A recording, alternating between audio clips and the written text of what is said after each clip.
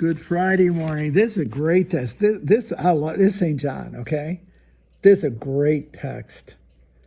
If this isn't the description of the life of the church, I give it up. Okay, and I don't know how to read this stuff, and I don't. Maybe I'm wrong, but I don't think so. Okay, I'll read it to you. Jesus revealed himself again to his disciples at the Sea of Tiberias. He revealed himself in this way. So together were Simon Peter, Thomas called Didymus, Nathanael from Cana, and in Galilee, and Zebedee's sons, and two other disciples. Now Simon Peter said to them, I love this line, I'm going fishing. See? I remember when I wanted to go fishing on Good Friday, on Holy Saturday, and one of the sisters who were teaching, I was just a boy, she said, we're going to get struck dead. Well, they went fishing. Anyway, she was... I was just scooching around, okay? But I remember thinking, gee, I can't go fishing on Holy Saturday, Oh, yeah, you could have. Whatever. Anyhow, Zebedee, okay, so let me see. I don't want to say, I'm going fishing. Here we go. They said to him, we'll come and go with you, okay? We also will come with you. So they went out and got into the boat. But that night they caught nothing. Think of the boat now as the church. And what are the fish here? Converts, okay? People who came into the faith.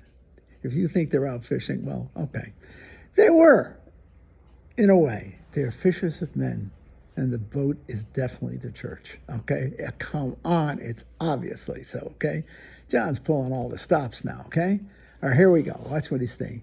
When it was already dawn, think of the resurrection, Jesus was standing on the shore, but the disciples did not realize that it was Jesus. It's remote. Jesus said to them, children, have you caught anything to eat? They answered, no. And he said to them, cast the net over the right side of the boat. You'll find something. So they cast it, and they were not able to pull it in because of the number of fish. Without Christ's call, there is no redemption. See, you can work all you want, but it is Christ's call. It's Christ Christ is the source of redemption. See, not the good wits of the apostles. It's ultimately the voice of Christ. See, told them where to throw the net. Okay, all righty. So they cast it and were not able to pull it in because of the number of fish. So the disciple whom Jesus loved said to Peter, "It's the Lord." Interesting that it was John who says it to Peter. It is the Lord. When Simon Peter heard that it was the Lord, he tucked in his garment, for he was lightly clad, and he jumped into the sea. The other finds to love his enthusiasm. The other disciples came in the boat, for they were not far from shore, only 100 yards or so, dragging the net with fish. When they had climbed out on shore, they saw a charcoal fire with fish on it and bread. If that's not the Eucharist, I give it up, and I don't know how to read. Jesus said to them, bring some of the fish you've caught. So Simon went over and dragged the net ashore full of 153 large fish.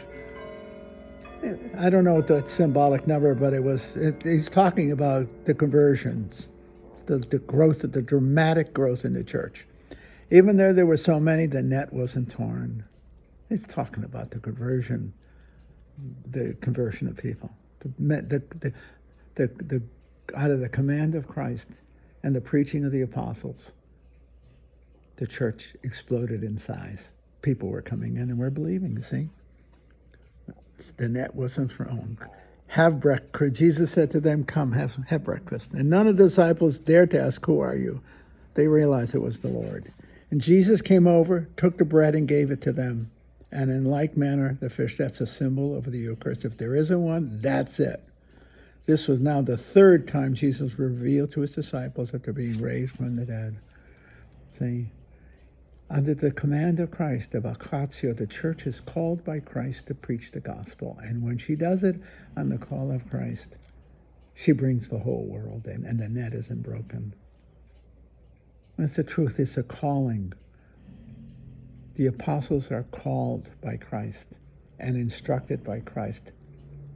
And because they hear his voice, they place the net on the opposite side.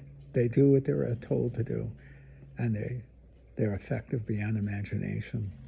They're beyond imagination. I think we are all called. We're called at baptism, but we're called vocatio, vocationally. We're called in marriage. We're called in single state. And I feel called to the religious life and the priesthood. It's not what we want necessarily. I certainly didn't want it. My family never wanted it for me. They never encouraged it. My mother said, "You're nuts," when she heard that I was thinking about going into the priesthood. She told my Aunt Anita, "He's nuts." They didn't foster it. And some families, they exaggerated in the role of the priesthood. Some of it, I think, was pure superstition, okay?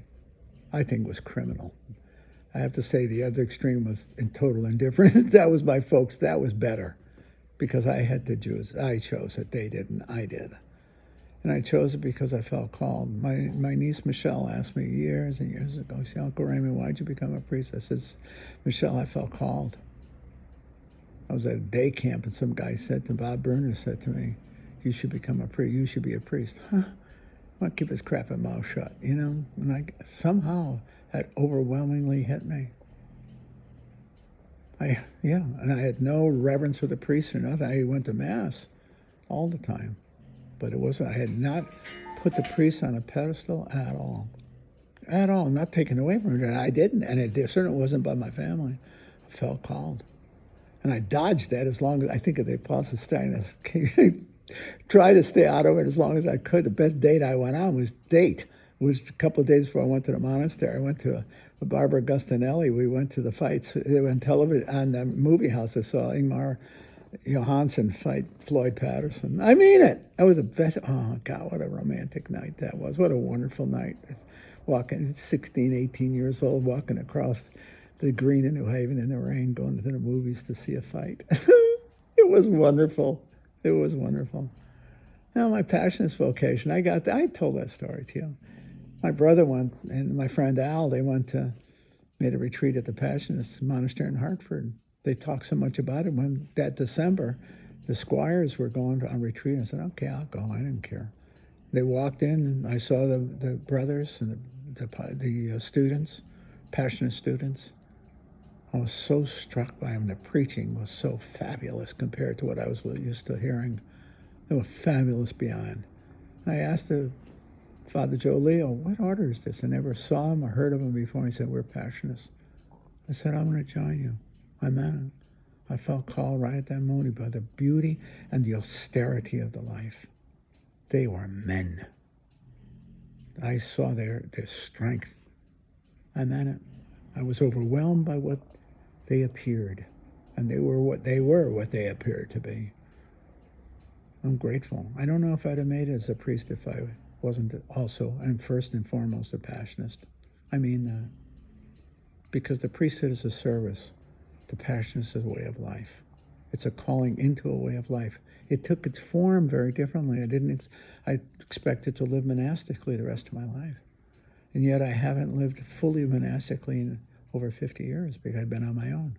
Been out here at the university. Even the years in Louisville, I was still not, by then the monastic element had diminished to a significant degree. It was a marvelous community, a faith, but it wasn't the monasticism that I had joined.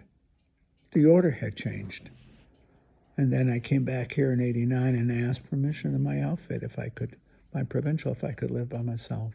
I felt a real need to take greater command of my life, and I did.